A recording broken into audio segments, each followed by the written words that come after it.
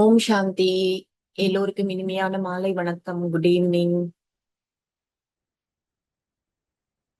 ஓம் சாந்திங் சிஸ்டர், அனைவருக்கும் மாலை வணக்கம். ஓம் சாந்தி, மாலை வணக்கம். ஓம் ஓம் சாந்தி சாந்தி சிஸ்டர், அனைவருக்கும் மாலை வணக்கம். ஓம் சாந்திங் சிஸ்டர், அனைவருக்கும் மாலை வணக்கம். ஓகே, நமக்கு பல விஷயங்களை பத்தின ஞானம் இருக்கு. இன்னைக்கு ஒரு சின்ன குழந்தை கூட மொபைல் போனை எப்படி யூஸ் பண்றது, அந்த மொபைல் போன்ல இருக்கக்கூடிய பல அப்ளிகேஷன்ஸ் எல்லாத்தையுமே யூஸ் பண்ண தெரிஞ்சு வச்சிருக்காங்க. இப்போ ஸ்டூடெண்ட்ஸ் கூட நிறைய விஷயங்கள் ஸ்கூல்ல படிக்கிறாங்க, காலேஜ்ல படிக்கிறாங்க. அவங்க படிக்கிறதுல பல விஷயங்கள்ல அவங்க வாழ்க்கையில அவங்க உபயோகப்படுத்தவே மாட்டாங்க. ஆனாலும் நிறைய விஷயம் அவங்களுக்கும் தெரிஞ்சிருக்கு. நாமளே கூட சொல்றோம் இல்லையா, எனக்கு இது தெரியும், எனக்கு அது தெரியும் அப்படின்னு. ஆனா நாம நம்முடைய உடலை பற்றி முழுமையாக தெரிந்து வைத்திருக்கிறோமா? எந்த அளவுக்கு தெரிஞ்சு வச்சிருக்கணுமோ அந்த அளவுக்காவது நம்ம தெரிஞ்சு வச்சிருக்கோமா? சோ நம்ம ஏன் நோய்வாய்ப்படுகிறோம் அது தெரியுமா நமக்கு? எந்த உடல் நமக்கு கடைசி மூச்சு வரை உழைக்கிறதோ, நமக்காகவே சர்வீஸ் பண்ணுதோ, அந்த உடம்பை எப்படி பாதுகாத்துக் கொள்வது அப்படிங்கறத நம்ம தெரிஞ்சு வச்சிருக்கோமா? சோ இந்த மாதிரி கேள்விகளுக்காக தான் நம்ம இந்த வகுப்புகளை பார்த்துட்டு இருக்கோம். சோ நேத்து ஒரு வார்த்தையை பயன்படுத்தினோம், லைஃப் ஸ்டைல். லைஃப் ஸ்டைல் அப்படின்னா வாழ்க்கை வாழும் முறை. ஏன்னா நம்ம என்ன சொல்றோம்னா, தவறான வாழ்க்கை முறைதான் எல்லா நோய்களுக்கும் வேறாக இருக்கு, மூலமாக இருக்கு அப்படின்னு சொல்றோம். Wrong life style. அப்போ நம்ம என்ன சாப்பிடுறோம், எப்படி சாப்பிடுறோம், எப்ப சாப்பிடுறோம், இது எல்லாமும் இருக்கு இல்லையா, வாழ்க்கை முறையில ஒரு அங்கமாக இருக்கு. சாப்பிடுறது மட்டும் இல்ல, என்ன குடிக்கிறோம், எப்ப குடிக்கிறோம், எப்படி குடிக்கிறோம், அதுக்கப்புறமா எப்ப தூங்குறோம், எவ்வளவு தூங்குறோம், இது போல நம்ம வாழ்க்கையை நம்ம எப்படி வாழ்கிறோம், இதுதான் நம்முடைய லைஃப் ஸ்டைல சொல்லுது. நம்முடைய வாழ்க்கை முறையில ஏதோ ஒரு இடத்துல தவறு இருக்கு அப்படிங்கிறது நமக்கு புரியுது. அதனாலதான் நமக்கு நோய்கள் வருது. இப்போ சில விஷயங்கள் ரொம்ப தெளிவா தெரியுது, இது கண்டிப்பா தவறு. உதாரணமா, மது அருந்துவது தவறு, புகைப்பிடித்தல், ட்ரக்ஸ், போதைப் பொருட்கள், இதெல்லாம் தவறு அப்படின்னு நம்ம சில விஷயங்களை கண்டிப்பா நமக்கே தெளிவா இதெல்லாம் தவறு அப்படின்னு தெரியுது. ஆனா பல விஷயங்கள் அது தவறா சரியா அப்படின்னு நமக்கு உறுதியா தெரியல, ரொம்ப ஷியோரா நமக்கு இல்ல. இப்போ உதாரணமா பால். ஸோ நம்ம பாலை எங்க அதிகமா யூஸ் பண்றோம் அப்படின்னா காஃபி, டீ. ஆனா 2 தலைமுறைக்கு முன்னாடி இந்த காஃபி, டீ இதெல்லாம் ஒரு பழக்கமே கிடையாது. எப்போ ஆங்கிலேயர்கள் நம்ம நாட்டுக்குள்ள வந்தாங்களோ அவங்களுடைய பழக்கங்களை நமக்கும் அறிமுகப்படுத்தி வச்சுட்டாங்க. ஏன்னா பாரதம்ங்கிறது ஒரு மிகப்பெரிய நாடு. இங்க அவங்களுடைய ப்ராடக்ட்ஸ் எல்லாம் மார்க்கெட்டிங் பண்றதுக்கு நல்ல ஒரு ஸ்கோப் இருக்கு. அதே போல நமக்கு நல்ல நிலங்கள்லாம், விளை நிலங்கள்லாம் இருக்கு. ஸோ இங்கேயே அந்த இப்போ பிரிட்டிஷ்னா டீ. ஸோ அந்த டீ கார்டன், டீ எஸ்டேட் எல்லாம் நிறைய அவங்க இருக்கும் பொழுதுதான் வந்தது. இப்ப பாருங்க, நம்முடைய முன்னோர்கள் அவங்கெல்லாம் அதிகாலையை காஃபியோட இல்ல டீயோட ஆரம்பிக்கல.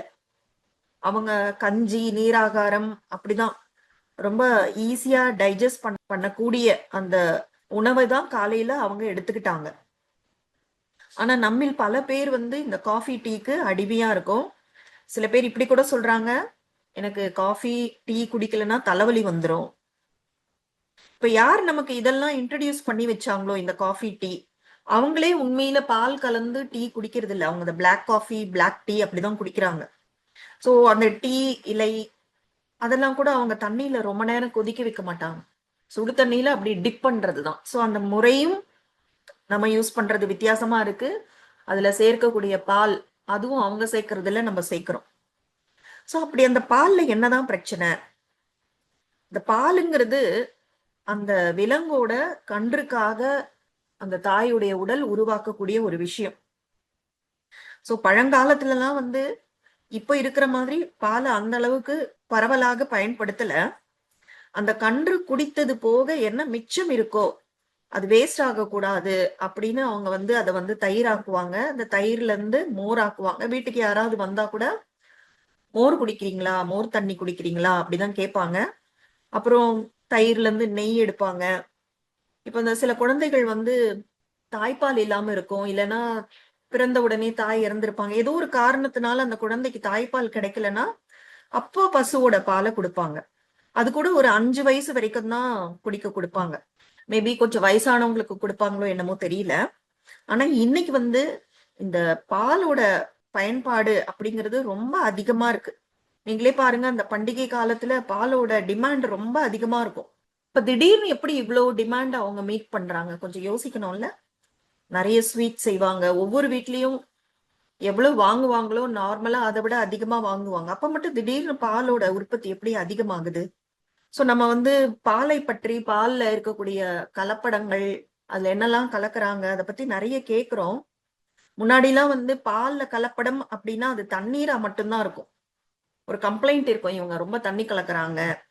ஆனா இப்போ பாலோட குவான்டிட்டியை அதிகம் பண்றதுக்கு என்னெல்லாம் கலக்குறாங்க? சோ அதெல்லாம் கேட்டீங்கன்னா அடுத்த தடவை பாலை அந்த பக்கமே திரும்பி பார்க்க மாட்டீங்க. அந்த அளவுக்கு ரொம்ப மோசமா இருக்கு. பாலையே வந்து செயற்கையா தயாரிக்கிறாங்க. நான் கூட குரூப்ல ஒரு வீடியோ போட்டிருந்தேன், எத்தனை பேர் பாத்தீங்கன்னு தெரியல. அந்த பால்ல இருக்கக்கூடிய அந்த ஸ்மெல், அதை வச்சே வந்து அது எவ்வளவு கலப்படம் அப்படிங்கிற மாதிரி அந்த சகோதரி பேசிட்டு இருந்தாங்க.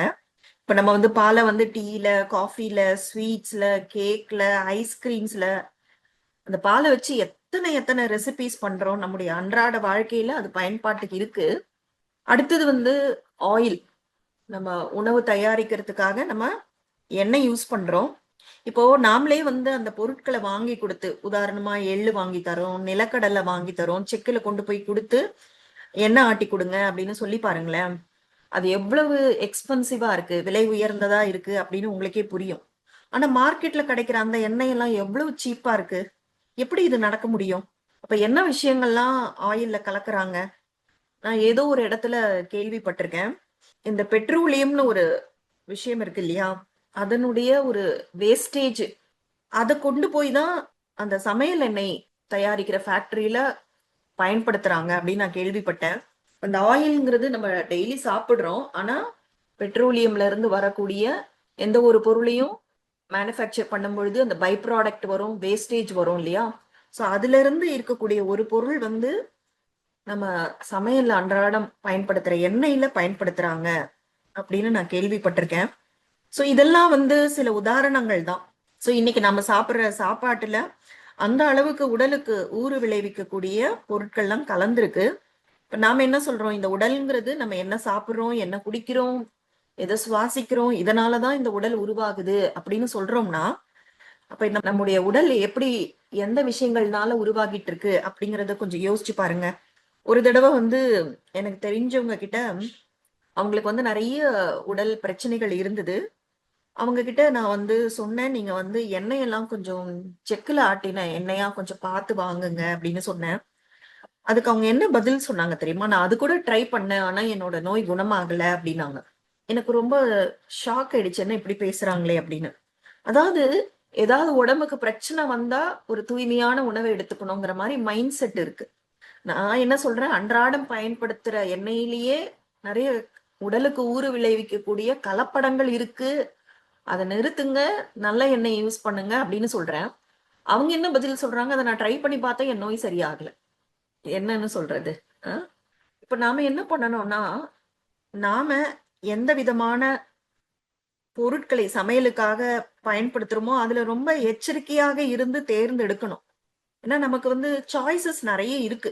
இப்ப பாருங்க, நம்ம வந்து விலை உயர்ந்த ஆடைகள் வாங்குறோம், நகைகள் வாங்குறோம், ப்ராப்பர்ட்டி வாங்குறோம். ஆனா ஒரு உணவு பொருள் அது கொஞ்சம் பியூரா இருக்கணும், கலப்படம் இல்லாம இருக்கணும், அதுல தவறான உடம்புக்கு ஊறு விளைவிக்கக்கூடிய பொருட்கள் இருக்கக்கூடாது அப்படின்னா கொஞ்சம் விலை உயர்ந்ததா இருக்குன்னா யோசிக்கிறோம். ஆனா நம்ம வீட்டு கபோர்ட்ல எவ்வளவு தேவைக்கும் அதிகமான ஆடைகள் இருக்கு. ஒரு ஃபங்க்ஷனுக்கு போகணும், எதுவானாலும் நம்ம ஆடை அணிகலன்களுக்கு செலவு பண்ண ரெடியா இருக்கோம், ப்ராப்பர்ட்டி வாங்குறதுக்கு ரெடியா இருக்கிறோம். ஆனா இந்த உடல்ங்கிறது எவ்வளவு முக்கியமான விஷயம். இந்த உடல்ல ஒரு பொருள், இந்த உடல்ல ஒரு உறுப்பு வந்து பாதிக்கப்பட்டுடுச்சுன்னா அதுக்கு ஸ்பேர் கிடைக்காது இல்ல எங்கேயுமே. ஸோ நோய்வாய்ப்பட்டுட்டா எவ்வளவு செலவு பண்ண வேண்டியதா இருக்கு. அவ்வளவு செலவு பண்ணியும் நிறைய சமயங்கள்ல குணம் ஆக மாட்டேங்குதுன்னா, நம்ம அந்த உடல் உருவாகக்கூடிய அந்த உணவுப் பொருட்களுக்கு எந்த அளவுக்கு முக்கியத்துவம் தரோம், அதுதான் இங்க சொல்லக்கூடிய ஒரு விஷயம். இதை ஏன் நான் இவ்வளவு டீட்டெயில்டா பேசுறேன் அப்படின்னா, உண்மையில நான் டீட்டெயில்டா சொன்ன கணக்கே கிடையாது. நான் முன்னாடி ஒரு கிளாஸ் எடுத்திருக்கேன். அதை நான் வந்து இந்த யூடியூப் வீடியோல நான் வந்து அட்டாச் பண்றேன். என் ஸ்கிரீன்ல அது வரும். அதுல வந்து ஒவ்வொரு உணவுப் பொருளுக்கும் ஒரு முழு கிளாஸ் கூட எடுத்து அதை பத்தி ரொம்ப டீட்டெயில்டா எக்ஸ்பிளைன் பண்ணியிருக்கேன். அதை கூட நீங்க கேட்டு பார்க்கலாம். சோ நான் நேத்து சொன்ன மாதிரி அந்த கிச்சன் டு கிளினிக்ன்ற புக்ல ஒவ்வொன்னா எடுத்து அந்த குறிப்பிட்ட வேதிப்பொருட்களோட பெயரை சொல்லி அது உடலுக்கு எப்படிலாம் தீங்கு விளைவிக்குதுன்னு அவ்வளவு டீட்டெயில்டா சொல்றாங்க. அந்த ஃபுல் புக்கே அந்த மாதிரி இருக்கு. நான் இங்க சொல்றது அந்த அளவுக்கு டீட்டெயில்ஸே கிடையாது. நீங்களே கொஞ்சம் யோசிச்சுக்கோங்க அப்படின்னு உங்க சிந்தனையை தூண்டி விடுற ஒரு விஷயமா தான் சொல்றேன். சோ நம்ம ஏன் இந்த விஷயத்துக்கு இவ்வளவு இம்பார்ட்டன்ஸ் கொடுக்கறோம்னா, நம்ம எல்லாருக்குமே தெரியும் எந்த ஒரு கர்மத்துக்கும் விளைவு உண்டு, எந்த ஒரு செயலுக்கும் அதற்கான விளைவு உண்டு. இதுதான் விதி. இந்த விதி ரொம்ப தெளிவா இருக்கு. இது கொஞ்சம் நம்ம புத்தியில ஆழமா பதிய வச்சுக்கணும். ஏன்னா நிறைய டைம் வந்து நம்ம காரணம் சொல்லுவோம், இதனாலதான் அதனாலதான் அப்படின்னு காரணம் சொல்லிட்டு இருப்போம். இப்ப காரணம் சொல்லி என்ன பிரயோஜனம்? காரணம் சொல்றதுனால அந்த விதி மாறிடுமா என்ன? விதி மாறாது இல்ல. என்ன சாப்பிடுறோமோ அதை வச்சுதான் அந்த உடல் உருவாகுது. இப்போ இன்னொரு விஷயம் கூட பாருங்க, காரமான சாப்பாடு நிறைய பேருக்கு அந்த ஸ்பைசி ஃபுட் பிடிக்கும். நல்ல மிளகாத்தூள் எல்லாம் போடுறது, அதாவது நிறைய மிளகாய் தூள் போடுறோம் அப்படிங்கிற அர்த்தம் மட்டும் இல்ல. இந்த மிளகாய் தூளே நம்ம வந்து கையில பட்டுடுச்சுன்னு வச்சுக்கோங்க, நம்ம ஸ்பூன்ல தான் எடுத்து போடுவோம். அது கையில பட்டுடுச்சுன்னா எவ்வளவு எரியுது இல்ல. இப்போ நாக்குல வந்து பாப்போம், இந்த காரம் உரைக்குதா, கொஞ்சம் அதிகமாயிட்டுனா கூட நாக்கு தாங்கல. ஏன்னா இப்ப இந்த நாக்குக்கு வந்து கொஞ்சம் கொஞ்சமா சின்ன வயசுல இருந்து காரம் கொடுத்து கொடுத்து பழக்கிட்டோம். சரி, அது வேற வழி இல்லாம அதை தாங்கிக்குது. ஆனா உடல்ல உள்ள இருக்கிற அந்த உள்ளுறுப்புகள் எவ்வளவு சாஃப்டா இருக்கும் தெரியுமா? உள்ளுறுப்புகளோட திசுக்கள்லாம் அவ்வளவு சாஃப்டா இருக்கும். அதுக்கு வந்து நம்ம அவ்வளவு காரம் கொடுக்குறோம். எப்படி நாக்கு எரிதோ, தோல்ல மிளகாய் தூள் பட்டா எவ்வளவு எரிதோ, இந்த பச்சை மிளகாவை கூட நீங்க கீறிட்டு கையில தொட்டு பாருங்களேன், எரியும். இந்த மேல் தோல் எல்லாம் கொஞ்சம் ரஃப் ஹார்டு, ஆனா அதை விட உள்ள இருக்கிற உள்ளுறுப்புகளோட திசுக்கள்லாம் ரொம்ப மென்மையானது. நம்ம எவ்வளவு காரம் சாப்பிட்டுட்டு இருக்கோம்ல. உடம்புக்குன்னு ஏதாவது வந்தா மட்டும்தான் அந்த பத்தியம். உண்மையிலே பத்தியம்ங்கிறது தான் உண்மையான உணவா இருக்கு. நம்ம பத்தியம் இல்லாதது எல்லாமே வந்து நம்ம கொஞ்சம் உடலுக்கு ஊறு விளைவிக்கக்கூடிய அந்த சுவைக்கு அடிமையாகி நம்ம செய்யக்கூடிய ஒரு விஷயமா இருக்கு. இது தவிர வந்து சில பேர் சொல்லுவாங்க, எனக்கு காஃபி எல்லாம் சுட சுட வேணும், கொதிக்க கொதிக்க இருந்தாதான் எனக்கு குடிச்ச மாதிரி இருக்கும், சாப்பாடெல்லாம் சுட சுட இருக்கணும். அப்ப உள்ளுறுப்புகள்லாம் அவ்வளவு சாஃப்ட், நம்ம கொதிக்க கொதிக்க அது மேல ஊத்துறோம். கொதிக்க கொதிக்க ஏதாவது ஸ்கின்ல பட்டுருச்சுன்னா எப்படி இருக்கும்? அந்த இடமே செவந்து போகுது இல்ல. அங்க ஒரு பெரிய மாற்றம் வருது இல்ல. அப்போ உள்ளுறுப்புகள் அதிகமா ஜில்லுன்னு உள்ள அனுப்புறது, அதிகமா சூடா உள்ள அனுப்புறது. அதுக்கப்புறம் இந்த குழந்தைங்க எல்லாம் ஜூஸ் குடிப்பாங்க. சோ நான்லாம் சின்ன வயசுல இருக்கும் பொழுது ஜூஸ் அப்படின்னா பழங்களை பிழிந்து எடுக்கக்கூடியதுதான், அந்த ஃப்ரெஷ் ஜூஸை தான் ஜூஸ்ன்னு சொல்லுவோம். ஆனா இப்ப இவங்களுக்கு ஜூஸ்னாலே ஃப்ரெஷ் ஜூஸ் கிடையாது. பழங்களை சாப்பிட மாட்டோம், பழத்தோட ஜூஸ் குடிக்க மாட்டோம். ஆனா டெட்ரா பேக்ல என்ன இருக்கு? அந்த பாட்டில்டு ட்ரிங்க்ஸ், அதுதான் அவங்களுக்கு ஜூஸ். அந்த பாட்டில்ல அந்த டெட்ரா பேக்ல என்ன பிக்சர் ஒட்டி இருக்கோ, எந்த பழத்தோட பிக்சர் ஒட்டி இருக்கோ அந்த பழத்தை சாப்பிடுற மாதிரி ஒரு நினைப்பு. ஆனா உண்மையிலேயே அந்த பழத்துக்கும் அந்த ஜூஸ்க்கும் சம்பந்தமே இருக்காது. நீங்க அந்த பாக்கெட்ல இருக்கிற அந்த இன்கிரீடியன்ஸ், அதுல என்ன பர்சன்டேஜ் எல்லாம் பாருங்க, உங்களுக்கே அதிர்ச்சியா இருக்கும். உண்மையில அந்த பழங்கள்லாம் பயன்படுத்தப்படுறதே கிடையாது. ஒருவேளை பயன்படுத்தினா கூட ரொம்ப குறைந்த அளவுல தான் இருக்கும். எல்லாமே வந்து செயற்கை முறையில கொடுக்கக்கூடிய ஃபிளேவர்ஸ், சிந்தட்டிக் ஃபிளேவர்ஸ் நிறைய இருக்கும். ஏற்கனவே சொன்ன மாதிரி அது கெட்டு போகாம இருக்கிறதுக்கு நிறைய ப்ரிசர்வேட்டிவ்ஸ், எல்லாமே உடம்புக்கு ஊறு விளைவிக்கக்கூடியதுதான். இதெல்லாம் தான் சாப்பிட்டுட்டு இருக்கோம். அப்புறம் வந்து அழகு சாதன பொருட்கள், அதாவது இந்த தோலை வந்து சிவப்பாக்குற மாதிரி உலகத்துல எந்த ஒரு கிரீமும் கிடையவே கிடையாது. எல்லாமே ஃபேக் அட்வர்டைஸ்மெண்ட் தான். எல்லாமே கெமிக்கல்ஸ். ஒரு டெம்பரரியா ஒரு ப்ளீச் பண்ணுது, அவ்வளவுதான். இப்ப பல்லு தேய்க்கிறதுக்கு கூட சொல்றாங்க கலர் கலரா டூத் பேஸ்ட். இந்த கலர் டூத் பேஸ்ட் நீங்க யூஸ் பண்ணீங்கன்னா, அது கொஞ்சம் அந்த வயலட் கலர்ல இருக்குன்னு நினைக்கிறேன். அது யூஸ் பண்ண உடனே இன்ஸ்டன்டா பல்லு வந்து வெள்ளையாயிடுதான். அது எப்படி ஆக முடியும்? அப்படி ஆச்சுன்னா அது கண்டிப்பா அது உடம்புக்கு கெடுதல் தரக்கூடியதா தானே இருக்க முடியும். நம்ம எதையுமே யோசிக்கிறது இல்லை, எல்லாம் இன்ஸ்டன்டா குவிக்கா நடந்துடணும் அப்படின்னு நினைக்கிறோம். அதுக்கப்புறமா தூக்கம், நம்ம உடலுக்கு எந்த அளவுக்கு தூக்கம் தேவைப்படுதோ அதை கொடுக்கறதே இல்லை. நம்மில் நிறைய பேர் வந்து ஸ்லீப் டிப்ரைவ்டுன்னு சொல்லுவாங்க. ஸ்லீப் டிப்ரைவ்டு, தூக்கமின்மை, தூக்கம் வந்து பற்றாக்குறையா இருக்கு. இப்படி வாழ்க்கை போயிட்டு இருக்கு. ஏன்னா நம்ம இப்ப என்ன பேசிட்டு இருக்கோம்னா லைஃப் ஸ்டைல், வாழ்க்கை முறை. நிறைய பேர் வந்து சாப்பிட்றதுக்கே டைம் இல்லைன்னு சொல்லுவாங்க. நிறைய ஒர்க் இருக்கு, சாப்பிட கூட டைம் இல்ல. ரெண்டு எக்ஸ்ட்ரீமும் இருக்காங்க. ஓவர் ஈட்டிங்கும் இருக்கு, சாப்பாட்டையே ஸ்கிப் பண்றதும் இருக்கு. ஸோ இந்த மாதிரி தான் நம்மளுடைய வாழ்க்கை முறை இருக்கு. இப்ப யோசிச்சு பாருங்க, நம்ம என்ன சொல்றோம், இந்த உடல் கெட்டு போயிடுச்சு, இந்த உடல்ல பிரச்சனை வந்துடுச்சு அப்படின்றோம். உடல் பிரச்சனை கொடுக்கறது இல்ல, நாம தான் உடலுக்கு தொந்தரவு கொடுக்கறோம். அதாவது இந்த உடல்ங்கிறது தவறு செய்யவே செய்யாது. நாம வந்து உடல் வந்து எனக்கு ஒத்துழைக்கல, சில சமயம் ஏதாவது முக்கியமான வேலை இருக்கு, முக்கியமான மீட்டிங் இருக்கு, வீட்ல ஒரு ஃபங்க்ஷன் இருக்கு, பெரிய ஒரு பொறுப்பு இருக்குன்னா அந்த நேரம் பார்த்து உடம்பு படுத்துது, உடம்ப சபிக்கிறோம். உடம்பு நம்மள வந்து பழி வாங்குறதா நினைக்கிறோம். இந்த உடம்பு எனக்கு நிறைய தொல்லை கொடுக்குதுப்பா, இந்த உடம்ப பத்தி என்னவெல்லாம் பேசுறோம்ல. நல்லா யோசிச்சு பாருங்க, தவறு அப்படிங்கிறதுக்கும் கெட்டது அப்படிங்கிறதுக்கும் டிஃபரன்ஸ் இருக்கு. அதாவது நமக்கு உடம்புல நோய் வருது, வலிக்குது, சில தொந்தரவுகள் ஏற்படுது, அதெல்லாம் வந்து நல்ல விஷயம் கிடையாதுதான். ஆனா தவறு கிடையாது. தவறுனா என்ன அர்த்தம்? ஒரு கணக்கு போடுறோம், மிஸ்டேக் பண்ணிடுறோம், ஒரு தப்பான ஃபார்முலாவை போட்டுறோம், தப்பான நம்பர் போடுறோம், பெருக்கல் கூட்டல்ல தப்பு பண்றோம்னா அதுதான் தவறு. அப்ப இந்த உடம்புல கெட்டது நடக்கலாம், ஆனா தவறு நடக்கல. இந்த பாயிண்ட் புரியுதா எல்லாருக்குமே? தவறு, கெட்டது, இந்த ரெண்டுத்துக்கும் இருக்கிற வித்தியாசம் புரியுதா? புரியுதுங்க சிஸ்டர். அதாவது உடம்புக்கு நோய் வந்துடுச்சுன்னா உடம்பு படுத்துது, உடம்பு காலை வாரிடுச்சு, உடம்பு ஒத்துழைக்க மாட்டேங்குது, உடம்பு கஷ்டப்படுத்துது அப்படிங்கிறோம். இது எல்லாமே கெட்ட விஷயம்தான், நல்ல விஷயம் கிடையாது. ஆனா அது தவறா நடக்கல அப்படின்னு சொல்றேன். தவறுதலா நடக்கல, எல்லாம் கரெக்டா தான் நடக்குது. இந்த வித்தியாசம் புரியுதா? புரியுது சிஸ்டர். ஆனா எப்படி நம்ம சொல்றோம், உடம்பு நமக்கு தொல்லை கொடுக்குது, எனக்கு எவ்வளவு பேட் லக்கு, இந்த உடம்பு எனக்கு பிரச்சனை கொடுக்குது அப்படின்னு நம்ம சொல்றோம். ஆக்சுவலா உடம்பு நமக்கு நல்லதுதான் செய்யுது, நாம தான் அந்த உடலை தப்பா பயன்படுத்துறோம். ஒரு கார் இருக்கு, அதுல பெட்ரோலோ டீசலோ அதுக்கு என்னவோ அதுதான் போடணும். ஆனா அதுக்கு பதில் தவறான விஷயங்களை போட்டா அந்த கார் என்ன ஆகும்? அப்புறம் காரை குத்த சொல்ல முடியுமா? கார் கெட்டு போச்சு, மக்கர் பண்ண சிஸ்டர். மக்கர் பண்ணோம், அப்போ காரை குத்தம் சொல்லுவோமா? நமக்கே தெரியும், பெட்ரோல் போட வேண்டிய இடத்துல தண்ணி ஊத்தினோம், வேற எதையோ ஊத்தினோம் அப்படின்னா அந்த கார் மக்கர் தான் பண்ணோம். ஆனா உடம்ப மட்டும் நம்ம எவ்வளவு டேக் இட் ஃபார் கிராண்டடா எடுத்துக்கிறோம்ல. ஏன்னா உடம்பை பற்றிய சரியான புரிதல் இல்ல, நாம தான் தவறு செய்யறோம் அப்படிங்கிறது புரியல. இயற்கை எப்பொழுதுமே தவறு செய்யாது, ஞாபகம் வச்சுக்கோங்க. நிறைய டைம் அந்த இயற்கையை கூட நம்ம பழிக்கிறோம். சரியான நேரத்துல மழை பெய்ய மாட்டேங்குது, தேவையான இடத்துல மழை பெய்ய மாட்டேங்குது, சில இடங்கள்ல நிறைய பெஞ்சு கெடுக்குது அப்படின்லாம் கூட சொல்றோம்ல. நிறைய வெயில் அடிக்குது, பேட் வெதர் எல்லாம் சொல்றாங்க. அது மூடெல்லாம் கெட்டு போயிடுவோம். அந்த வெதர் வந்து ரொம்ப டிப்ரெஸ்டா இருக்கு, டிப்ரெஸ்டா வெதர் வந்து டிப்ரெஸ்டா இருக்கும். யோசிச்சு பாருங்க, எப்படி இல்ல மத்தவங்களை பழி சொல்லியே பழகிடுச்சு. சோ இப்ப தட்பவெப்பநிலை தவறா இருக்குன்னா அதற்கும் காரணம் நாம தானே. சோ இயற்கை தவறு செய்யாது, இயற்கை ஒரு பொழுதும் தவறு செய்யாது. இதை நல்லா நம்ம ஆழமா புரிஞ்சுக்கணும். இப்ப வந்து என்ன சொல்றாங்க, இந்த ஏரிலாம் இருக்கு, அது தண்ணீர் வறண்டு போயிடுது. அந்த தண்ணீர் வறண்டு போறதுக்கும் நாம தான் காரணம்.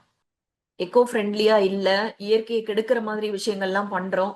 அப்புறம் ஏரி இருக்கிற இடத்துல வீடு கட்டுறோம், அப்புறம் மழை பெஞ்சா அங்க வெள்ளம் வரதானே செய்யும். ஐயோ வெள்ளம் வந்துருச்சு, அப்புறம் இயற்கையை பழிக்கிறது, சாமியை பழிக்கிறது, அப்படிதானே நடக்குது. சோ எல்லா தவறும் நம்ம செய்யறோம், ஆனா இயற்கையை குறை சொல்றோம். இயற்கை ஒரு பொழுதும் தவறு செய்யாது. அப்ப இந்த உடல் கூட இயற்கையின் ஒரு பகுதி தானே, இயற்கையின் ஒரு அங்கம் தான். இந்த உடலை கூட என்ன சொல்றோம், 5 தத்துவங்களினால் ஆனது அப்படின்னு சொல்றோம். அப்ப இந்த உடலும் இயற்கையின் ஒரு அங்கம் தான். அப்ப இந்த உடல் மட்டும் எப்படி தவறு செய்யும் இல்லையா? இது கொஞ்சம் யோசிச்சு பார்க்கணும். சோ நம்முடைய கண்ணோட்டத்தை நம்ம மாத்திக்கணும். அதுக்கப்புறமா இந்த உடல் என்னெல்லாம் பண்ணுது அப்படின்னா என்ன பதில் வரும்? இந்த மூக்கு மூலமா சுவாசிக்கிறோம், வாய் மூலமா பேசுறோம், பல்லு மூலமா சாப்பாட்டை நல்லா மெல்றோம், எச்சில் வருது, எச்சில் கூட ஜீரணத்துக்கு உதவுது, இப்படி நம்ம சொல்றோம். இதெல்லாம் கொஞ்சம் வெளிப்படையா நமக்கு தெரியிற விஷயங்கள். கால்கள் மூலமா நடக்கிறோம், நுரையீரல் சுவாசிக்கிறதுக்கு ஹெல்ப் பண்ணுது, இதயம் வந்து ரத்தத்தை பம்ப் பண்ணுது. சோ இந்த மாதிரி நிறைய தெரிஞ்சு வச்சிருக்கோம். இப்ப பாருங்க, நம்ம சாப்பிடுற சாப்பாடு வந்து வாய்க்குள்ள போகுது, அதுக்கு முன்னாடியே வந்து மூக்கு வேலை செய்யுது. ஓகேங்களா? நம்ம வந்து ஃபர்ஸ்ட் உணவோட அந்த ஸ்மெல்ல வந்து மூக்கு மூலமா மணத்தை நம்ம நுகர்றோம். அதுக்கப்புறமா அதை சாப்பிடணும்னு தோணுது, வாய்க்குள்ள போடுறோம். அந்த வாய்க்குள்ளேயே முதல் கட்ட ஜீரணம் நடக்குது. அந்த எச்சில்ங்கிறது அவ்வளவு முக்கியமான ஒரு விஷயம். ஒவ்வொரு ஸ்டெப்பும் அந்த ப்ராசஸ்னு வரும் பொழுது ஒவ்வொரு ஸ்டெப்பும் நடக்கணும். அதனாலதான் சாப்பிடும் பொழுது முழு கவனத்தோட சாப்பிடுங்க. சாப்பாட்டுல கவனம் இருக்கணும். டிவி பார்த்துக்கிட்டு யார் கூடவாவது போன்ல பேசிக்கிட்டு புக்கு படிச்சுக்கிட்டு இல்ல மொபைல் போனை பார்த்துக்கிட்டு சாப்பிடக்கூடாதுன்னு சொல்லுவாங்க. ஏன்னா சாப்பிடுறதுன்னா என்ன நினைக்கிறாங்கன்னா, கை வாயில போடுது, வாய் அசையுது, அதுக்கப்புறம் தானா நடக்குதுங்கிறாங்க. அப்படி கிடையாது. முழு கவனமும் சாப்பாட்டு மேல இருக்கணும். ஏன்னா சாப்பிடும் பொழுது கண்கள் பாக்குது, கண்கள் மூலமா மெசேஜ் போகும் மூளைக்கு. எவ்வளவு சாப்பாடு, என்ன சாப்பாடு, சோ அது பார்த்துட்டு அதுக்கேத்த மாதிரி என்னென்ன தேவைகள், என்ன ஜூசஸ் வந்து இந்த உடல்ல சுரக்கணும். ஏன்னா ஜீரணம் ஆகிறதுக்கு நிறைய நொதிகள், திரவங்கள்லாம் வேணும்ல.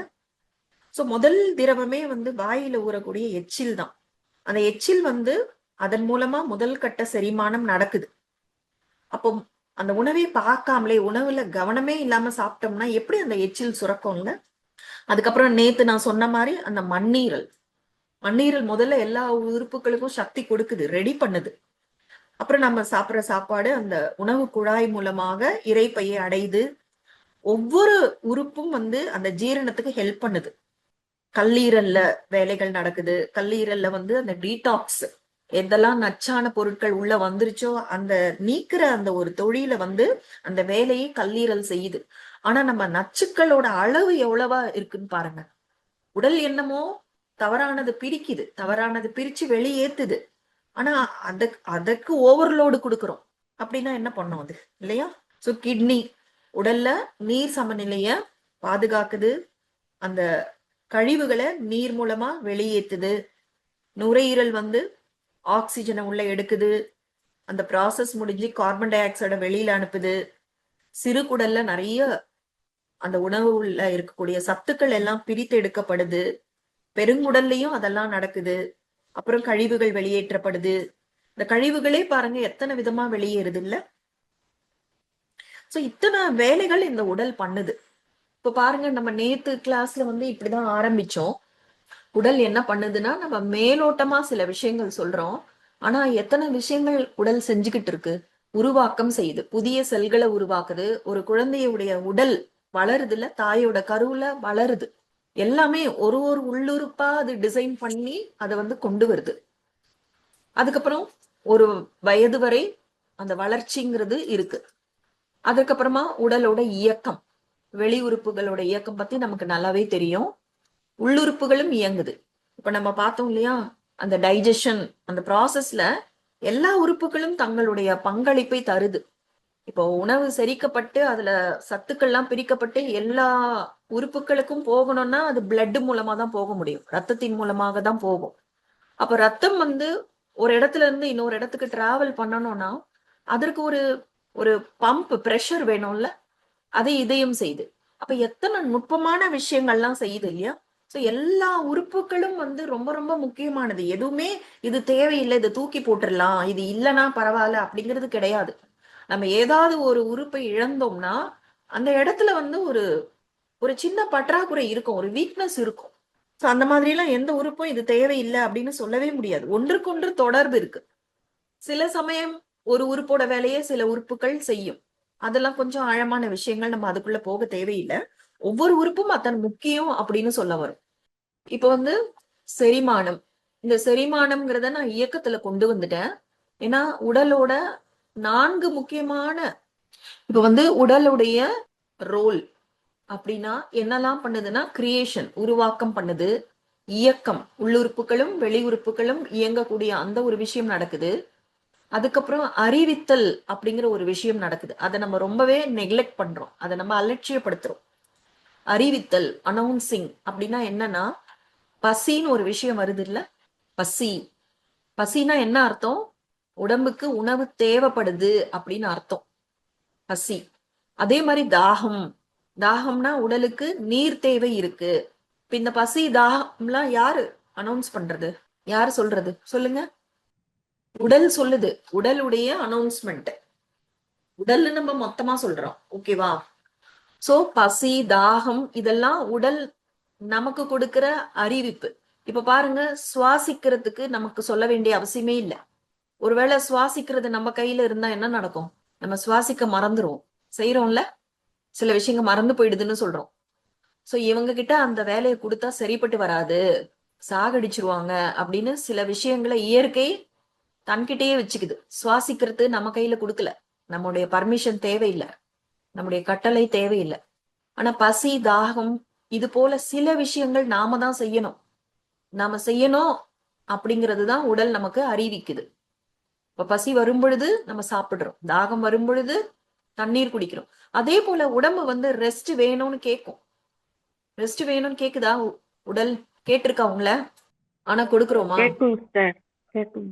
அதனால அத கொஞ்ச நேரம் சில நேரம் கேட்க மாட்டேங்கிறோம். நம்ம ரொம்ப வேலையை பார்த்துட்டு இருக்கோம். அப்ப என்ன பண்றோம்? உடல் கொடுக்கிற அறிவிப்பை அலட்சியப்படுத்துறோம்னு அர்த்தம். ஆமா. அதே போல தூக்கம், நீ தூங்கு அப்படின்னு சொல்லுது. ஆனா நம்ம தூக்கம் வராம இருக்கிறதுக்கு டீ காஃபி குடிக்கிறது. இரவு நேரம்ங்கிறது தூக்கத்துக்கானது.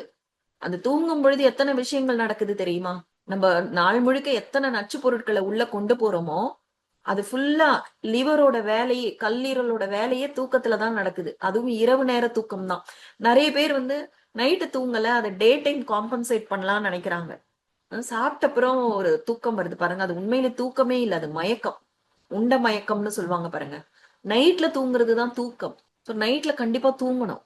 வெளிநாட்டுல எல்லாம் வந்து எவ்வளவு காசு கொடுத்தாலும் நைட் டியூட்டி பார்க்க மாட்டாங்க. இந்தியாவிலதான் வந்து நமக்கு உடல் ஆரோக்கியத்தை விட பணம் தான் முக்கியம். அதுக்கு சில காரணங்கள்லாம் சொல்லலாம். எங்களோட நிலைமை அப்படி, வேலை கிடைக்கல, அதெல்லாம் சொல்லலாம். ஆனா கர்ம விதின்னு ஒண்ணு இருக்கே. நம்ம என்ன காரணங்கள் சொன்னாலும் நாம ஒரு தவறான செயல் செய்தோம்னா அதற்கான பலன் ஒண்ணு கண்டிப்பா இருக்கும். சோ நைட்டு தூங்கணும், உடலுக்கு தேவையான அளவு தூக்கம் கொடுக்கணும். அதுக்கப்புறமா நமக்கு ஒரு இடத்துல அடிபட்டுடுச்சுன்னு வச்சுக்கோங்க, அங்க வலின்னு ஒரு விஷயம் இருந்தாதானே அங்க அடிபட்டுடுச்சு, அதை கவனிக்கணும்னு தோணும்ல. அப்ப அந்த வலி கூட ஒரு அறிவிப்பு தான். பல விஷயங்கள் வந்து உடல் நமக்கு அறிவிக்குது. இங்க சில விஷயங்கள் மட்டும் இங்க நான் போட்டிருக்கேன். சோ இந்த அறிவித்தல் அப்படிங்கிறது உடலுடைய ஒரு ரோல், ஒரு பங்கு. என்னெல்லாம் பண்ணுது? உருவாக்கம், இயக்கம், அறிவித்தல். 4வது முக்கியமான விஷயம் மெயின்டெனன்ஸ். எந்த ஒரு மெஷினா இருந்தாலும் ஒரு மெயின்டெனன்ஸ் ஒண்ணு இருக்கும். காரை கூட நம்ம மெயின்டெனன்ஸ் கொண்டு போய் கொடுப்போம்ல. அதே போல இந்த உடல் வந்து தன்னைத்தானே பராமரித்துக் கொள்கிறது. இப்போ உள்ளுறுப்புகள் கூட வேலை செஞ்சுக்கிட்டே இருக்கு, வெளி உறுப்புகள் கூட நீங்க ஓய்வா படுத்துடலாம். கொஞ்ச நேரம் வாய் மூடிட்டு இருந்தோம்னா வாய்க்கு ரெஸ்ட், கண்ணை மூடிட்டு இருந்தோம்னா கண்ணுக்கு ரெஸ்ட். உடம்ப படுக்கையில போட்டாலே, அதாவது நம்மளுடைய வெளி உறுப்புகளுக்கெல்லாம் ரெஸ்ட் கிடைச்சிடுது. ஆனா உள்ளுறுப்புகள் இயங்கிட்டே இருக்கு, இதயம் துடிச்சுக்கிட்டே இருக்கு, நுரையீரல் சுவாசிச்சுக்கிட்டே இருக்கு. சோ எல்லா உள்ளுறுப்புகளும் இயங்கிட்டே இருக்கு. அப்ப அதற்கும் ஒரு சோர்வு இருக்கும்ல. சோ அதை ரீசார்ஜ் பண்ணணும். அதனாலதான் அந்த உணவு பழக்கம், அந்த மாதிரி விஷயங்கள்லாம் சில விதிமுறைகள் இருக்கு. அதெல்லாம் நம்ம தெரிஞ்சுக்க போறோம். நம்ம ஏன் இந்த விஷயங்கள்ல ரொம்ப டீடைல்டா போறோம்னா, ஏன் பிரச்சனைகளை ஜாஸ்தி பேசுறோம்னா, தீர்வு ரொம்ப சுலபமாக இருக்கு, ஆனாலும் அதை செய்ய மாட்டோம். நான் பின்னாடி சொல்ல போறேன் பாருங்க. தீர்வு சுலபமா இருக்கும், ஆனாலும் நம்ம செய்ய மாட்டோம். ஏன் அதை செய்ய மாட்டேங்கிறோம்னா, அந்த அளவுக்கு நம்ம ஆன்மீகத்துல சொல்ற மாதிரி மாயையின் வசப்பட்டு இருக்கும். அதனாலதான் இந்த விஷயங்களை ரொம்ப ஜாஸ்தி சொல்றது. இப்ப எங்களோட கிளாஸ்ல எல்லாம் எப்படின்னா, கிளாஸ்லாம் இப்ப நீங்க கேக்குற மாதிரி 1 மணி நேரம் கிளாஸ் கிடையாது, ஒரு நாள் முழுக்க கிளாஸ் இருக்கும். காலையில ஒரு 9:30 9:45 ஸ்டார்ட் பண்ணுவாங்க. 12 மணிக்கு ஒரு 15 நிமிஷம் டீ பிரேக்கு. அதுக்கப்புறம் 3 மணிக்கு மேலதான் லஞ்ச் பிரேக்கு, 1 hour. அதுக்கப்புறம் கிளாஸ் 6 மணி வரைக்கும் போகும். அது மாதிரி மாசத்துல 2 நாள் கிளாஸ் இருக்கும். அவ்வளோ பேசுவாங்க, அவ்வளவு சொல்லுவாங்க. அதாவது ஒவ்வொரு விஷயத்தையும் ஆழத்துக்கு போவாங்க, அப்படி சொல்லிட்டு விடுறது இல்ல, அப்படியே ஆழத்துக்கு போறது. அப்ப நாங்க எக்கச்சக்கமா கேள்வி கேட்போம், அத்தனை கேள்விக்கும் பதில் கொடுப்பாங்க. இது பத்தாவதுன்னு அடுத்த மாசம் கிளாஸ்க்கு வரதுக்கு முன்னாடி ஒரு புக்கு 2 புக்கு படிச்சுட்டு வாங்க. அந்த புக்ல ரொம்ப டீட்டெயில்டா கொடுப்பாங்க, அதை படிச்சுட்டு நீங்க நோட்ஸ் எடுத்துட்டு வரணும்னு சொல்லுவாங்க. ஆனா எல்லாத்தையும் கிளாஸ் ரூம்ல சொல்ல முடியாதுல்ல, நம்மளே படிக்கும் பொழுது இன்னும் நிறைய புரிதல் வரும். அத்தனை விஷயங்கள் ஷேர் பண்ணுவாங்க, அத்தனை ஆழத்துக்கு போவாங்க, நிறைய விஷயங்களை ரிப்பீட் பண்ணுவாங்க. அதனாலதான் அதெல்லாம் வந்து ஓ இது கரெக்ட் இது தப்புங்கிற அளவுக்கு மனசுல பதியுது. இப்ப நாம கேக்குற கிளாஸஸ் எல்லாம் 1 hour கேக்குறோம். எத்தனை பேர் இந்த கிளாஸ் திருப்பி கேக்குறீங்கன்னு எனக்கு தெரியாது. ஏன்னா ஒரு தடவை கேட்டாலே கொஞ்சம் தான் உள்ள போகும். 2வது தடவை கேட்கும்போது இதெல்லாம் சொன்னாங்களா கிளாஸ்ல, ஃபர்ஸ்ட் டைம் கேட்கற மாதிரியே தோணும். அந்த அளவுக்கு விஷயங்கள்லாம் இருக்கு. சோ இந்த உள்ளுறுப்புகள் எல்லாம் தொடர்ந்து இயங்கிட்டே இருக்கு. அத ரீசார்ஜ் பண்ணணும். அத உடல் செய்யுது. நம்ம அனுமதித்தா செய்யும். அப்படி ரீசார்ஜ் பண்ணாம ரிப்பேர் பண்ணாம நம்ம என்னெல்லாம் செய்யறோம் அப்படிங்கறத பின்னாடி தெரிஞ்சுக்கலாம். அதுக்கப்புறம் உடல்ல கழிவுகள் இருக்கு. இப்ப வியர்வை மூலமா கழிவுகள் வெளியே போகுது. சிறுநீர், மலம், மோஷன் இதெல்லாம் வந்து கழிவுகள் வெளியேறுது இல்ல. சோ இந்த மாதிரி கழிவுகள் எல்லாமே வெளியேற்றுவது. இந்த கழிவுகள் வெளியேற்றுறது பத்தி இன்னும் கொஞ்சம் டீட்டெயில்டா இருக்கும், அப்புறமா சொல்றேன். அதுக்கப்புறமா உள்ள ஒரு தவறான விஷயம் வந்துடுச்சுன்னா அதை ரெசிஸ்ட் பண்றது, எதிர்க்கிறது. அந்த உடல்ல இருக்க வெள்ளை அணுக்கள்லாம் ஒன்னா சேர்ந்துரும். இந்த நோய் எதிர்ப்பு சக்தி வேலை செய்து அந்த நோய் வராம ரெசிஸ்ட் பண்ணும். அடுத்தது ஏதாவது உடல் உறுப்பு பாதிப்பு அடைஞ்சிடுச்சுன்னா ரிப்பேர் பண்ற வேலை. இதெல்லாம் யாரு செய்யறா? யாரு செய்யறா? ரிப்பேர் பண்றது, ரெசிஸ்ட் பண்றது, ரிமூவ் பண்றது, ரீசார்ஜ் பண்றது, இதெல்லாம் யாரு செய்யறாங்க? உடல் செய்யுது. உடல் செய்யுது. ஆச்சரியமா இருக்க இந்த விஷயம். ரீசார்ஜ் பண்ணுது, ரெசிஸ்ட் பண்ணுது, ரிப்பேர் பண்ணுது. அதனாலதான் நம்முடைய செஷனுக்கு தலைப்பே உடலே மருத்துவர். சோ நம்ம வெளியில இருந்து அந்த மருத்துவருக்கு நம்ம ஹெல்ப் பண்ணலாம். ஹெல்ப்பும் பண்ணலாம், இல்ல அவரு மருத்துவம் செய்யும் பொழுது குறுக்கிட்டு கெடுக்கலாம். நம்ம சாய்ஸ் தான். நம்ம என்ன பண்ணாலும் உடல் தான் தன்னைத்தானே ரிப்பேர் பண்ணும். வெளியில இருந்து நம்ம உதவிதான் பண்ண முடியும். சோ உடலுடைய 4 முக்கியமான ரோல் என்ன, யாராவது சொல்லுங்க. ஏன்னா இந்த விஷயங்கள்லாம் உங்களுக்குள்ள பதியணும். அப்பதான் அடுத்தடுத்த கிளாஸ் இல்ல இந்த முழு செஷனும் நீங்க எடுத்துக்கிறதுக்கான பலன் கிடைக்கும். யாராவது ஒருத்தர் சொல்லுங்க, உடலுடைய 4 முக்கியமான ரோல். உருவாக்கம், இயக்கம், அறிவித்தல், பராமரிப்பு. உருவாக்கம் கிரியேஷன், இயக்கம் ஃபங்க்ஷன், அறிவித்தல் அனௌன்ஸ்மெண்ட், பராமரிப்பு மெயின்டெனன்ஸ்.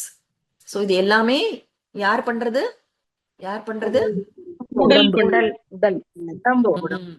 உடல் பண்ணுது. சோ உடலை வந்து ஜடம் அப்படிலாம் நினைச்சிடாதீங்க. உடலுக்கு அறிவு இருக்கு. உடலுக்கு நிறைய விஷயங்கள் அதுவே முடிவெடுக்குது. அது அந்த கிளாஸ்ல எல்லாம் கேட்கும் பொழுது ரொம்ப ஆச்சரியமா இருந்தது. அதுவே சில இடங்கள்ல முடிவெடுக்குது. இப்ப அடிபட்டுச்சுன்னா அந்த இடத்துல ஒரு வீக்கம் வருது. ஒரு வெளியில ஒரு முள்ளு குத்திருச்சுன்னு வச்சுக்கோங்களேன், உடனே சீழ் பிடிக்கும். ஏன்னா அது ஒரு பாதுகாப்பு நடவடிக்கை. அந்த சீழோட சேர்ந்து அந்த முள்ளும் வெளியில வரும். இந்த மாதிரி பல ரகசியங்கள் ரொம்ப அதிசயமா இருந்தது. எல்லாம் நம்ம தப்பா புரிஞ்சுக்கிட்ட விஷயம் எல்லாம். அதனாலதான் இந்த கிளாஸஸ் எல்லாம் ரொம்ப இன்ட்ரெஸ்டிங்கா இருந்தது. எத்தனையோ விஷயங்கள் தெரிஞ்சு வச்சிருக்கோம், நம்ம உடலை பத்தி நமக்கு தெரியலங்கிற மாதிரி இருக்கு. ஓகேவா? சோ உடலுக்கு அவ்வளவு ரோல் இருக்கு. இப்ப நோய் அப்படின்னு சொல்றோம். இப்ப நோய்னா ரொம்ப சிம்பிளா ஒரு டெபினிஷன் கொடுக்கணும்னா, நம்மளுடைய உள்ளுறுப்பு வந்து பாதிக்கப்பட்டிருக்கு. அதனால அதனுடைய இயக்கம், அதனுடைய ரோல், அதனுடைய ஃபங்க்ஷன் பாதிக்கப்பட்டிருக்கு. இததான் நம்ம நோயின்னு சொல்ல முடியும். சோ நோய்னா உடலோட உறுப்புகள் பாதிக்கப்பட்டிருக்கு. அது எப்படி வேணாலும் இருக்கலாம். என்லார்ஜ் ஆயிருக்கலாம். அதாவது இப்ப வந்து உறுப்பு வந்து பாதிக்கப்பட்டிருக்குன்னா அது கொஞ்சம் தளர்வடைஞ்சிரும். அதனுடைய கட்டுக்கோப்பு போயிடும். அதை வந்து இன்ஃப்ளமேஷன் சொல்றாங்க, வீக்கம்னு சொல்றாங்க.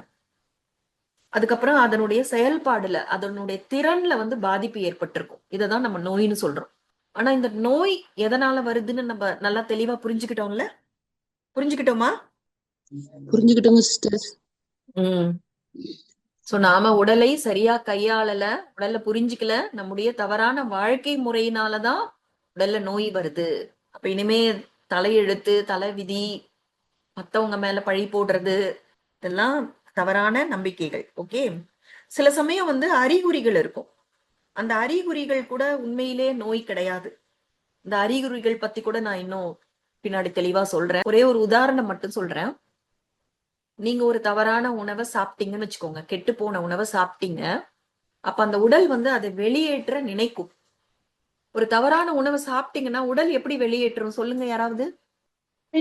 வாந்தி வாந்தி மூலமா வாமிட் வரும். அப்ப வாமிட்ங்கிறது நோயா? Correct correct. இப்ப நம்ம வந்து முதல்ல வாமிட் வரும். முதல்ல இது பதில் சொல்லுங்க, வாமிட்ங்கிறது நோயா? இல்ல, அது வெளித்தள்ளுது. உடல் வந்து சரி பண்ணுது. நம்ம வாமிட்டுக்கு நம்ம என்ன செய்யறோம்? வாமிட் வந்த உடனே என்ன செய்யறாங்க? வாமிட் எடுத்துறோம். மாத்திரை போடுவாங்க ஒரு சில டேப்லெட் பேருக்கு. போட்டு வாந்தி வராம பாருங்க இருக்கிறதுக்கு. இப்ப நீங்க சொல்றதே பாருங்க, முரண்படுது இல்ல? உடல்ல ஒரு ஆமா. உணவு கெட்டு போனது, உடல் அது வேண்டான்னு வெளியேத்துது. ஏன்னா பராமரிப்பு அதோட வேலை, அது ரெசிஸ்ட் பண்ணும். ஆனா நம்ம அத நீ வாமிட்டுங்கிறது ஒரு தவறான விஷயம்னு சொல்லி அதுக்கு டேப்லெட் போட்டு அதை அடைக்கும். வேற என்ன பண்ணும்? ஆனா உடல் தன்னோட குணத்தை மாத்திக்காது. மனிதர்கள்னா குணத்தை மாத்திக்குவாங்க. ஓ, நீ என்கிட்ட தவறா பேசுனியா, நான் உனக்கு ஹெல்ப் பண்ண மாட்டேன் அப்படின்னு மனிதர்கள் சொல்லுவாங்க. ஆனா இயற்கைக்கு அந்த கெட்ட குணம்லாம் கிடையாது. உடல் இயற்கையானது இல்ல. அப்ப நீங்க சொன்ன மாதிரி வாமிட் மூலமா வெளியேற்ற முடியலன்னா அது லூஸ் மோஷன் மூலமா வெளியேற்ற நினைக்கும். ஆனா விடுவோமா நம்ம? என்ன செய்வோம்? அதுக்கு அதையும் மாத்திரை. அரெஸ்ட் பண்ணாங்கன்னா மாத்திரை அதையும் மாத்திரை என்னவாவது போட்டு நிறுத்ததான் முயற்சி பண்றோம். என்ன நினைக்கிறோமா, உடல் தவறு செய்துன்னு நினைக்கிறோம். உடல் தவறு செய்துன்னு நினைச்சு மாத்திரை போட்டு அதை நிறுத்த நினைக்கிறோம். இப்ப மேல் வழியாகவும் வெளியேற்ற அலோவ் பண்ணல, கீழ் வழியாகவும் வெளியேற்ற அலோவ் பண்ணலன்னா சரி என்ன பண்றதுன்னு உள்ள சேமிச்சு வைக்கும். ஆனா அந்த சேமிப்பு என்னைக்கு இருந்தாலும் கெடுதல் தான். அந்த எந்தெந்த இடத்துல கழிவுகள் சேமிக்கப்படுதோ அந்தந்த இடத்துல ஒரு பேரை கொடுத்து அதற்கு நோயின்னு ஒரு லேபிள் கொடுக்கிறோம். ஓகே, இதையும் நம்ம பின்னாடி தெரிஞ்சுக்கலாம். இப்ப நம்ம சொல்ல வந்த பாயிண்ட் வந்து இந்த அறிகுறிகள்லாம் உண்மையிலேயே நோய் கிடையாது. அந்த பாயிண்ட சொல்றதுக்காக தான் இதை பேசுறோம். So symptoms are not diseases. So symptoms எல்லாம் டிசீசஸ் கிடையாது. ஸோ நாம வந்து செய்யற தவறுகளை உடல் நமக்கு அறிவிக்குது. இல்லைன்னா அதுவே ஒரு கரெக்டிவ் ஆக்ஷனை எடுக்குது. ஒரு கரெக்டிவ் ஆக்ஷன் எடுக்கும் பொழுது சில அறிகுறிகள் ஏற்படும். அதுதான் நம்ம வந்து பிசிக்கல் சேஞ்சுன்னு சொல்லுவோம். ஆனா பெரும்பாலும் சில மருத்துவ முறைகள்ல அதை தான் நோயின்னு சொல்லி சிம்டம்ஸ்க்கு தான் ட்ரீட்மெண்ட் கொடுக்குறாங்க. ஸோ உடல்ல ஏற்படுகிற தொந்தரவுகளை நம்ம நோயின்னு சொல்றோம். இப்ப பாருங்க, சளினா என்ன? ஏதோ ஒரு கழிவு நுரையீரல்ல இருக்கு, அந்த கழிவை வெளியேற்ற நினைக்குது. கழிவு எப்படி நுரையீரல்ல இருந்து வெளியேற முடியும்? அங்க சளின்னு ஒரு உற்பத்தி நடக்குது, உடலே உற்பத்தி பண்ணுது. அந்த கழிவை சளி மூலமா வெளியேத்துது. சளி கண்டிப்பா வெளியில வரத்தான் செய்யணும். ஆனா சளி பிடிச்சதுன்னா முதல்ல மாத்திரை போட்டு அதை அடக்கு. இப்ப இந்த டாக்டர் கிட்ட போன, இந்த மருந்து சாப்பிட்ட, இந்த சளியை அடக்கிட்ட, என்ன செய்யறோம்? கழிவை உள்ள அடக்குறோம். தும்மல் எப்ப வரும்? மோஸ்ட்லி வந்து ஒரு தூசி பட்ட உடனே. தூசிங்கிறது உடம்புக்கு நல்ல பொருளா? உடல் அதை ஏத்துக்கணுமா? சொல்லுங்க. ஒரு அது வெளியேற்றதான் ஏத்துக்காது. தூசி தூசிய சுவாசிச்சிட்டோம்னா அது உடலுக்கு கெடுதல்னு Allergy. உடனடி ஆக்ஷன் வந்து தும்மல் மூலமா அது வெளியேத்துது. இது போலதான் இப்ப நீங்க தும்மல் மூலமா அந்த தூசியை வெளியேத்துது. அதே போலதான் இருமல். இதெல்லாம் இப்படிதான் வருது. பல விஷயங்கள் நடக்குது. சோ ஒரு கட்டத்துல வந்து அதிகமா கழிவுகள் இருக்கு, இப்ப உடல்ல வந்து சக்தி கிடைக்குதுன்னு வச்சுக்கோங்க. ஏன்னா உடல்ல நம்ம சக்தி கொடுக்கறது இல்ல, ஏன்னா நம்முடைய தவறான வாழ்க்கை முறையினால.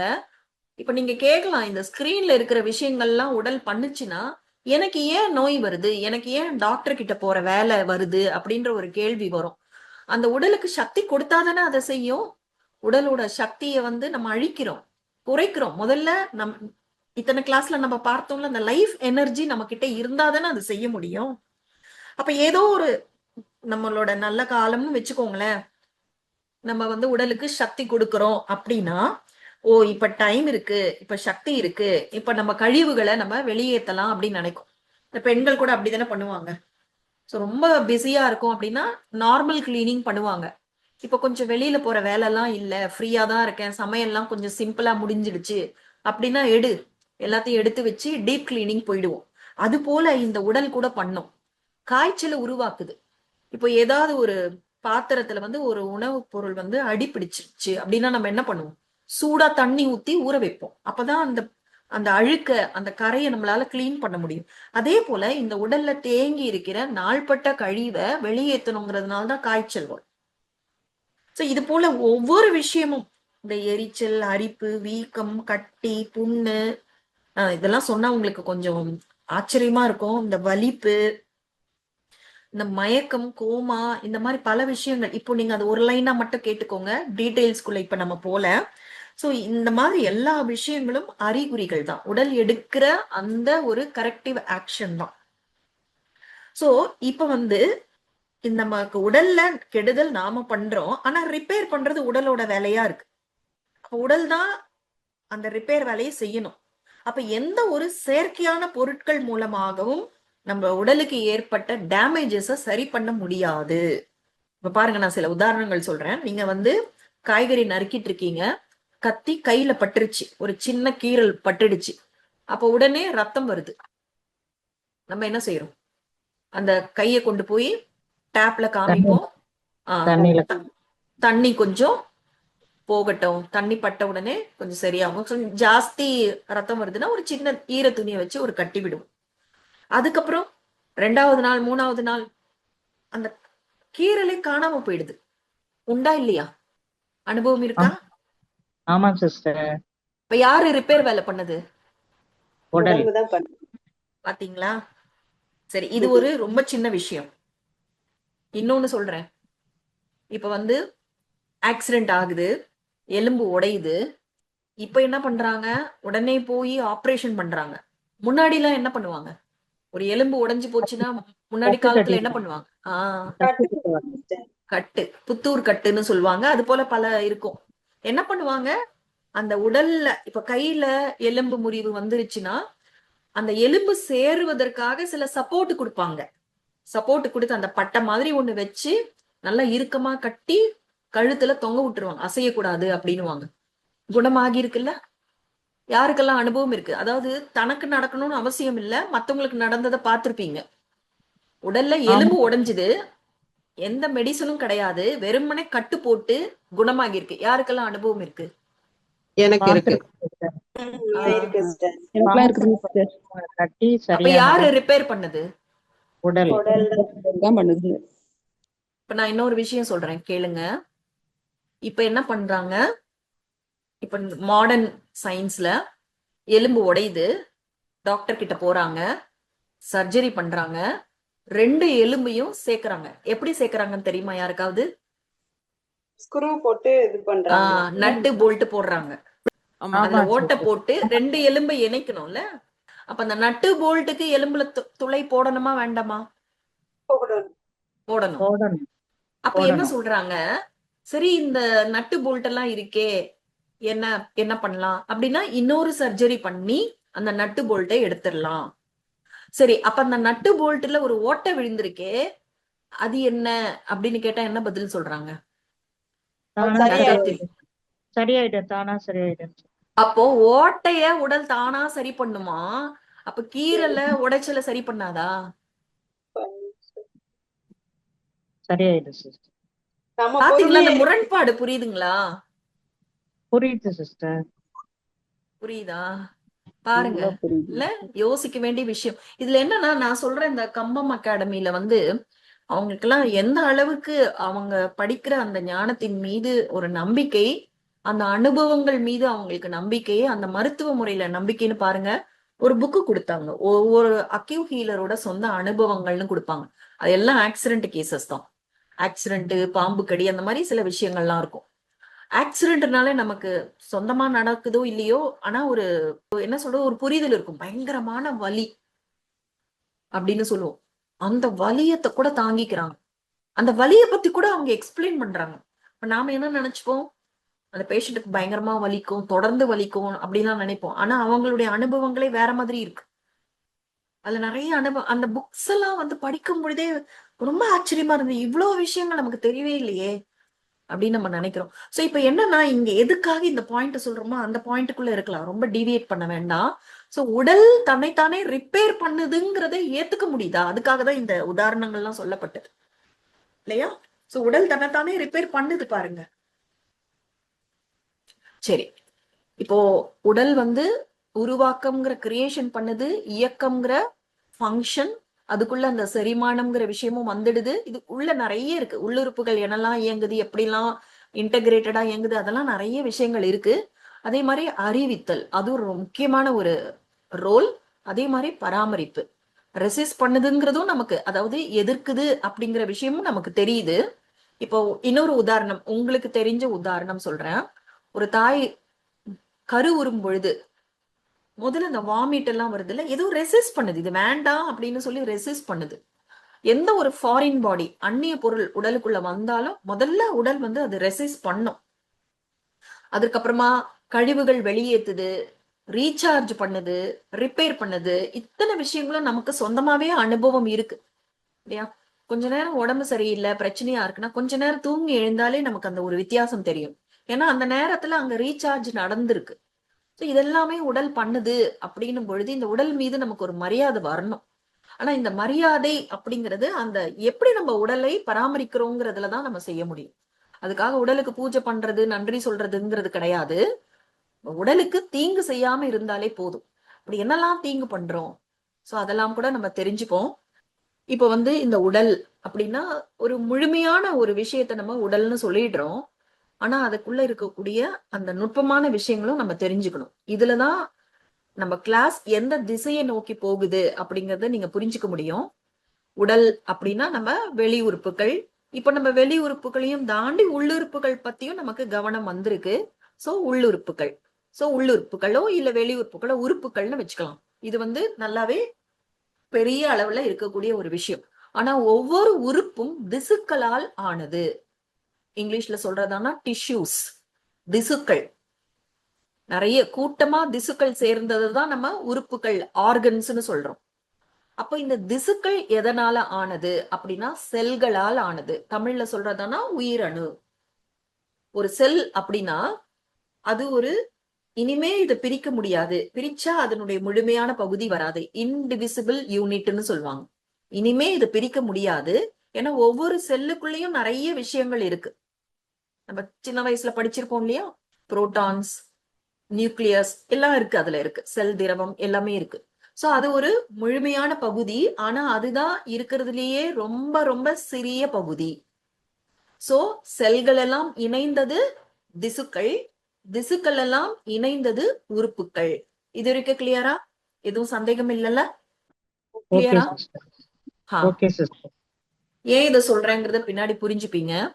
அப்போ இந்த உடல்னு வரும் பொழுது பல உறுப்புகளும் இணைந்ததுதான் உடல். பல திசுக்கள் இணைந்தது உறுப்புகள், பல செல்கள் இணைந்தது திசுக்கள். அப்ப இது எல்லாமே ஃபங்க்ஷன் சேம் தான். இப்ப உடல்னு நம்ம மொத்தமா பேசும்பொழுது என்ன சொல்றோம்? உள்ள எடுத்துக்குது, வெளியே விடுது. உள்ள என்ன எடுத்துக்குது? 5 தத்துவங்கள், உணவு, காற்று, நீர், அக்னி எல்லாத்தையும் உள்ள எடுத்துக்குது, சத்துக்களை எடுத்துக்குது, கழிவுகளை வெளியேற்றுது. இப்போ இத வந்து உடல்னு ஒரு பெரிய அளவுல சொல்றோம். இதேதான் ஒவ்வொரு செல்லும் செய்யுது. ஒவ்வொரு செல்லும் உள்ள எடுத்துக்குது, கழிவுகளை வெளியேற்றுது. இந்த விஷயம் புரிய வைக்கணும் அப்படிங்கிறதுனாலதான் இந்த ஸ்லைடு போட்டிருக்கோம். சோ உட்கிரகித்தலும் வெளியேற்றுதலும் நடந்து கொண்டே இருக்கு. நம்ம உடம்புல இருக்க பல கோடி செல்கள் உணவுகளை உள்ள எடுத்துக்குது. அந்த உணவை எடுத்துக்கும் பொழுது வரக்கூடிய கழிவுகளை வெளியேற்றுது. இததான் வந்து ஆஸ்மாட்டிக் பிரஷர் அப்படின்னு சொல்லுவாங்க. சோ நான் இந்த இடத்துல இதை நிறுத்துறேன். ஏன்னா நம்ம பல உண்மைகளை தெரிஞ்சுக்கணும். அதனாலதான் கொஞ்சம் ஸ்லோவா போறேன். நம்ம சொல்ற விஷயங்கள் பாக்குறதுக்கு பெரிய பயாலஜி மாதிரி தெரிஞ்சாலும் ரொம்ப எளிமையான விஷயங்கள் தான் தெரிஞ்சுக்கிறோம். யாரெல்லாம் டே 1ல இருந்து தொடர்ந்து ஒரு நிமிஷம் கூட வேஸ்ட் பண்ணாம கேட்டிருக்கீங்க, மிஸ் பண்ணாம கேட்டிருக்கீங்களோ அவங்களால நல்லாவே புரிஞ்சுக்க முடியும். பல கேள்விகளுக்கு நமக்கு இங்க பதில் கிடைச்சிட்டே இருக்கும். சரியா? சோ நம்ம இங்க ஸ்டாப் பண்ணிக்கலாம். இப்ப யாருக்காவது ஏதாவது ஷேரிங் பண்ணணும் அப்படின்னா பண்ணலாம். இல்ல இது வரைக்கும் பார்த்ததுல ஏதாவது கேள்விகள் இருந்தா, நீங்க சந்தேகங்கள் இருந்தா கேட்கலாம். ஓகேவா? இது உங்களுக்கான டைம். கிளாஸ் கேட்டுட்டு இருக்கும் பொழுது வந்தது இப்ப மறந்துட்டேன் அப்படின்னீங்கன்னா நோட் பண்ணி வச்சுக்கோங்க. ஏன்னா அந்த ஃப்ளோ கெட்டு போயிடக்கூடாது. சொல்லுங்க. இப்போ வெயிட் லாஸ் பண்ணணும்னா என்ன சிஸ்டர் பண்ணணும்? இந்த கிளாஸோட ஆரம்பத்திலேயே நான் சொல்லியிருந்தேன், என்ன வந்து என்ன செய்யணும், இப்படி பண்ணலாமா அப்படி பண்ணலாமான்ற கேள்விகளே உங்களுக்கு வரக்கூடாது. ஏன்னா அந்த கேள்விகளுக்கான பதில நீங்க கிளாஸ்ல இருந்து தான் எடுக்கணும். இது ரொம்ப ஈஸி இல்ல? நீங்க சொல்லுங்க, நான் என்ன பண்ணலாம், இது பண்ணலாமா அது பண்ணலாமா, இதை சாப்பிடலாமா அது சாப்பிடலாமா கேக்குறது ரொம்ப ஈஸி. அதற்கான வகுப்பு கிடையாது இது. நீங்க பதில கண்டுபிடிக்கணும். அப்ப நீங்க ஆரம்பத்துல இருந்தே கிளாஸஸ் எல்லாம் வந்து நல்லா கவனிச்சிருக்கணும். 2-3 தடவை கூட கேட்கலாம், தப்பு இல்ல. ஏன்னா நாங்க பல தடவை கேட்டதுதான் எங்களுக்கு 1 மணி நேரத்துல கொடுக்க ட்ரை பண்றோம். நீங்க இந்த கிளாஸ்ல இருந்து எடுங்க. ஓகேவா? வேற இங்க என்ன நம்ம பகிர்ந்துக்கிறோமோ அதுல ஏதாவது குழப்பமா இருக்கு, இல்ல அதுக்கு சப்போர்ட் பண்ற மாதிரி சில பாயிண்ட்ஸ் எனக்கு அனுபவமா இருக்கு அப்படின்னா நீங்க அதை ஷேர் பண்ணுங்க. சிஸ்டர் எல்லாமே நீங்க விளக்கமா விரிவா சொல்லிட்டீங்க சிஸ்டர். இதுல டவுட் ஒண்ணும் இல்ல சிஸ்டர். ஓகே, நல்லது. சோ நாளைக்கு மறுபடியும் சந்திக்கலாம். Thank you sister. நன்றி. தேங்க்யூ. சார். தேங்க்யூ. ஓம் சாந்திபா. Thank you sister.